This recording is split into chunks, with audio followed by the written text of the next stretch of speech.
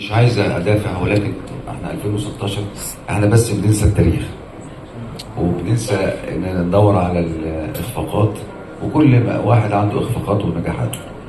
انما لما نتصور ان احنا كنا بقالنا 3 دورات مش متواجدين مع هنا بريد، انا الفريق اتأهل وكنت حملت مسؤوليه ان انا اشرف على الفرقه قبل ما اجي رئيس اتحاد وتأهل مع نيجيريا، ثم نوصل لبطوله افريقيا وقالوا احنا يعني نروح بدري. لعبنا النهائي ويوم النهائي كنا حوالي 12 13 لعيب، كل الفرق مصاب، كانت ارضيات الملعب فيها مشكله كبيره جدا. وفي الفتره دي برضه بالمناسبه كسبنا المغرب بعد 28 سنه.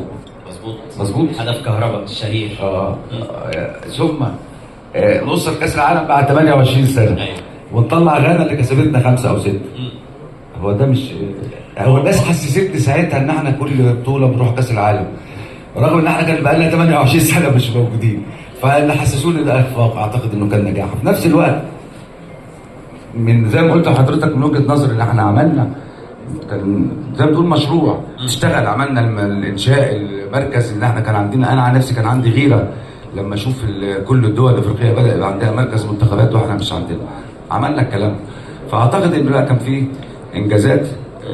مباراه واحده زائد ان احنا استطعنا بمساعده الحكومه وجميع المسؤولين وجميع الهيئات المسؤوله في مصر ان احنا ننظم البطوله في 5 شهور. مظبوط. ده انجاز.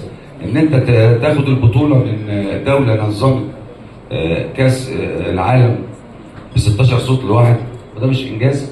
فانما الاعلام يعني مع احترامي يعني والتصور انه مش عايز ازيد في المساله دي، انما انا سعيد طبعا بالفتره اللي قضيتها وسعيد من وجهه نظري بالانجازات اللي عملتها. انا سعيد ان السؤال اتاح لحضرتك الفرصه للحديث عما انجزته، لان يمكن التركيز بيبقى عن الاخطاء، لكن هو الزميل كريم يقصد انه اذا كان او لو كان هناك خطا وحيد مثلا لهاني ابو ريده سابقا ينوي الا يكرره بسبب الخبرات، ايه هو بص، دايما انت تشتغل حتى اي في شغلانه فيها مراحل. المراحل الاوليه انت كنت عندك هدف بتشتغل على المنتخبات، ثم جت البطوله بتشتغل على التنظيم. اكيد في وسط العمل ده بيحصل اخفاق، ده طبيعي.